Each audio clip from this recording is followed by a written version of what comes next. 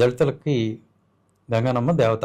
గంగానమ్మ, వేగులమ్మ, మైసమ్మ, ఇట్లా దళితులకి దేవతలు ఉంటారు. వాళ్ళు కూడా హిందూ దేవతలే. సో ఆ దేవాలయం అనేది ఒకటి ఉంది, పాతది. వాళ్ళ దగ్గర డబ్బులు లేక దాన్ని ఎక్కువగా నిర్వహించుకోలేకపోతున్నారు. సో ఈయనకి అంతగా ఉత్సాహం ఉంటే, హిందూ మతాన్ని ఉద్ధరించాలనుకుంటే ఆ గంగానమ్మ దేవాలయాన్ని పునరుద్ధరించవచ్చు. లేదు అని అంటే అక్కడ ఉన్న బీసీ హాస్టల్ ఏదైతే ఉందో అందులో ఉండేది కూడా హిందూ విద్యార్థులే. డబ్బులు ఎక్కువగా ఉంటే మరి ఆ బీసీ హాస్టల్ని కనుక రినోవేట్ చేస్తే అక్కడ హిందువులైనటువంటి బీసీ విద్యార్థులు చదువుకోవటానికి, జీవితంలో బాగుపడటానికి మార్గం ఏర్పడి ఉండేది. అయితే ఈయన ఈ సమస్యలేమీ పట్టించుకోకుండా అక్కడ ఉన్న ఒక దేవత దేవాలయాన్ని కూల్చేసి మరొక దేవుడి దేవాలయాన్ని కట్టిస్తానని చెప్పేసి వెళ్ళి అక్కడ వాళ్ళని దౌర్జన్యం చేయటం, మీ క్యాస్ట్ సర్టిఫికేట్లు ఏంటి, ఇలాంటి విషయాల్లోకి వెళ్ళటం జరిగింది. అంటే ఇక్కడ ముఖ్యంగా మనం చెప్పుకోవాల్సింది ఏంటంటే, ఈయన ఎందుకు ఈ పని చేస్తున్నారు? నిజంగా హిందూ మతం మీద ప్రేమతో చేస్తున్నారా? హిందూ మతం మీద ప్రేమతో, హిందూ మతాన్ని ఉద్ధరించాలన్న ఉద్దేశంతో చేస్తున్నట్టయితే బీసీ హాస్టల్ బాగు చేయొచ్చు, ఎందుకంటే అక్కడ ఉన్నది హిందువులే. అలానే గంగానమ్మ దేవాలయాన్ని కూడా బాగు చేయొచ్చు. ప్రజల సమస్యలు తీర్చాలనుకుంటే ఇప్పుడు నేను చెప్పిన సమస్యలు ఎన్నో ఉన్నాయి, వాటిని తీర్చవచ్చు. ఇవన్నీ కాకుండా అక్కడ ఆయన ఒక రప్చర్ క్రియేట్ చేయడానికి, ఒక వివాదం క్రియేట్ చేయడానికి వెళ్ళారు. ఆ వివాదాన్ని ఎందుకు క్రియేట్ చేస్తున్నారంటే దానికి కారణం ఉంది. దీని మీద 2 సిబిఐ కేసులు, బ్యాంకు దొంగతనానికి సంబంధించి బ్యాంకుల నుంచి లోన్ తీసుకుని ఎగ్గొట్టినటువంటి 2 కేసులు ప్రస్తుతం విచారణలో ఉన్నాయి. రేపమాపు అరెస్ట్ అవుతారు. ఆ విషయం నుంచి దృష్టి మరల్చడానికి ఈయన హిందూ బంధు అనేటువంటి ఒక ముసుగేసుకోవాలని చూస్తున్నారు. దాంతో అందరూ కూడా ఈయన ఏదో హిందువులకి గొప్ప ఫేవర్ చేయడానికి వచ్చిన వ్యక్తి అని అనుకుంటారు. వివాదాలన్నీ కూడా ఇటువైపు తిరుగుతాయి, ఆయన మీదకి దృష్టి మళ్ళదు. ఇది ఆయన పథకం. గుడి అంటే చర్చ్ కాదు, గుడి అంటే గుడే. సో అక్కడ విగ్రహాలు ఉన్నది, రాముల వారి పురాతన విగ్రహాలు ఉన్నాయి, నందీశ్వరుని విగ్రహం కూడా ఉంది. సో అక్కడ దేవాలయ పునర్నిర్మాణం జరగాలి అని చెప్పి ఆ ప్రాంతంలోనే ఉన్న రామభక్తులు కోరుకున్నారు. ప్రభుత్వ పాలసీకి కూడా ఇది అనుగుణంగా ఉంది.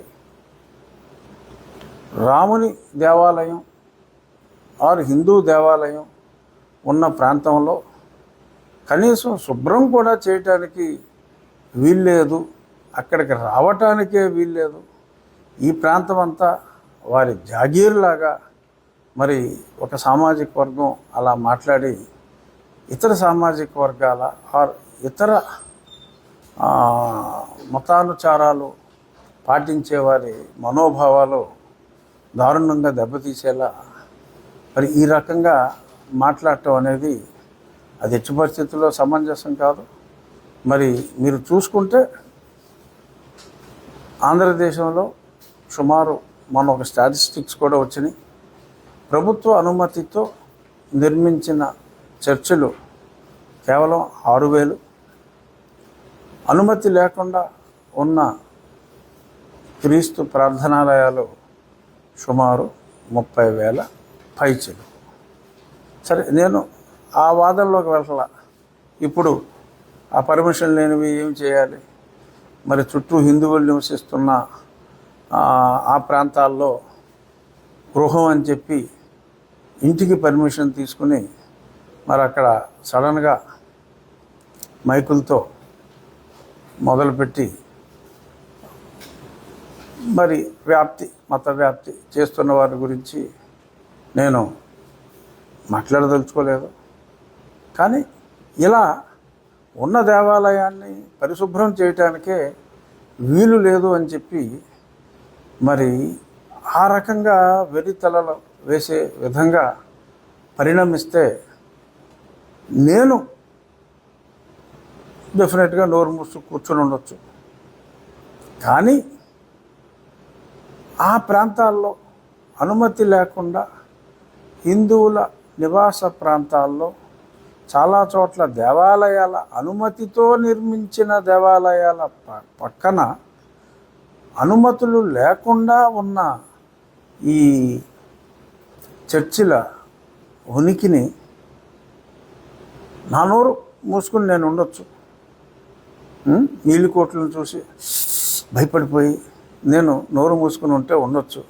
అరనీలి టోటల్ నీలి కోట్లు చూసి అంటే వాళ్ళు ఊహించుకుంటూ ఉంటారు కదా నేను భయపడిపోతానని. నిజంగానే భయపడిపోయి అనుకుందాం ఫర్ సపోజ్.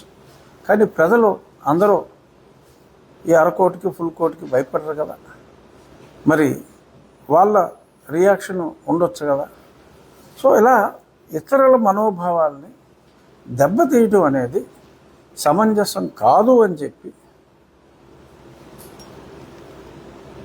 నేను తెలియచేస్తూ ఇప్పుడు